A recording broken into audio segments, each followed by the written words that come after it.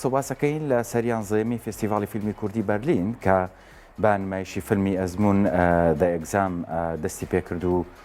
دەستپێکی مەراسیمەکە دەستی پێکرد بێگومان لە 14 مانگ و دەست پێکات تا 20 مانگ ئەم فستیڤالە. فستیڤالی فیلمی بەرلین کە یانزەیم خولەتی پێکهاتووە لە بەشداریکردنی فیلمی کوردی لەگەڵ فیلمی بیانری لە ژانرە جۆرە جۆرەکان و لە 14 مانگ و دەست پێکات وەک ئەمەشەم پێکرداوەکو 20 مانگ ئەمە لە ساڵی 2002 بە بەردەوامی ئەم فستیڤاڵە هەیە و بە تایبەتیش لە ماوەی کە کۆرۆنایە بە شێوازی ئۆنلاین کاریان لەسەر کرد بە گەورەترین فستیڤاڵی کوردی لە ئەوروپا و تەنان لە کوردیەکانی شادانرێت و بە فیلمی ئەزمون دەستی پێکرد و وەکو هاوکاریکیش بۆ کەسانی کە پێیان خۆشە فستیڤالەکە ببینین بە شێوازی ئۆنلاین بۆیان پەخشەکرا کە ئەتوانرا بینەری فستیڤالەکە بن و شێوازی بەڕێوەچوونی. هەروەها لە دوای نمایشکردنی فیلمی ئەزمون کۆڕێکی گفتوگۆ زیاتر لەسەر فیلمەکە کراوە بە تایبەتیش قسە و باسکردن لەسەر بەرەو پێشچوونی فیلمی کوردی و بەشداریکردنی فیلمەکان لە ژانرە جۆرا و جۆرەکانایە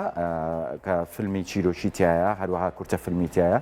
فیلمی بەڵگەیشی تێدا نمایشەکرێت چ جای کوردی من یاخود جیهانی بن.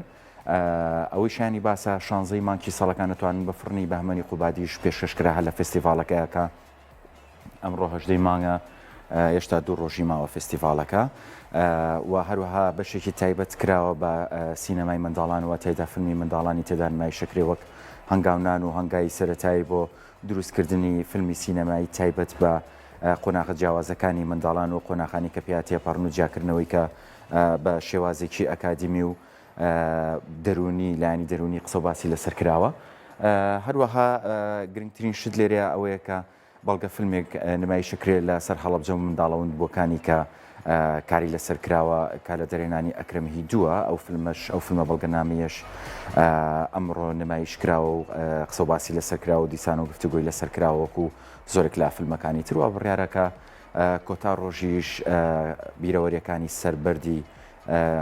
شەوکەت ئەمین کورکی لە کۆتا ڕۆژان نمایش کرێ و مای خۆشحاڵیەکە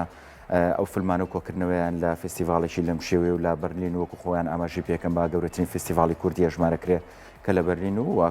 فیلمە کوردیەکان و فیلمە جیهانیەکانی شتێدا بەشدارن و کۆی ژانرەکان لە خۆی کۆکاتەوە بابەتێکی گرنگە و ئەمانی کە من ئاماژەم پێکرد هەندێک فیلمی کورد چەند فیلمێک بوو کە باسم کرد بەڵکو فیلمی بیانی زۆر تایەکە نمایشەکرێ ڕۆژانە چەند فیلمێک نمایشەکرێ و لە چەند هۆڵێکی جیاواز نمایشەکرێ با هیواین ئەم فستیڤاڵە هەر بەردەوامی هەبێت و بە بەردەوامیش لە سەرانسەری جیهانەوە فیلمەکان بەشداری تێدا بکەن. فیلمی سینەمای ئەزمون لە دەرێنانی شەوکەت ئەمین کورکی لە یەکەمین نمایشی خۆیدا لە ئەڵمانیا لە ڕێوڕسمی دەستپێکی یانزەیەمی خۆلی فستیڤالی فیلمی کوردی بەرلین نمایشکرا و گەورەترین فستیڤالی فیلمی کوردی لە سەرتاسەری ئەوروپا بە مەرهەمە کوردیەکرایەوە. فیلمی سینەمای ئەزمون لە دەرێنانی سینەماکاری کورد شەوکەت ئەمین کورکی و بەرهەمی هاوبەشی هەرێمی کوردستان و وڵاتانی ئەڵمانیا و قەتەرە لە نوێترین بەشداری نێودەوڵەتی خۆیدا و لە یەکەمین نمایشی خۆیدا لە وڵاتی ئەڵمانیا بە ئامادەبوونی شەوکەت ئەمین کورکی دەرێنەر و هەروەها ئاڤان جەمال و حوسێن حەسەن ئەکتەرانی ئەم فیلمە کوردیە بەشدار بوون لە نمایشکردنی فیلمەکەدا. سەردار بزانێت تووڕە نابێ؟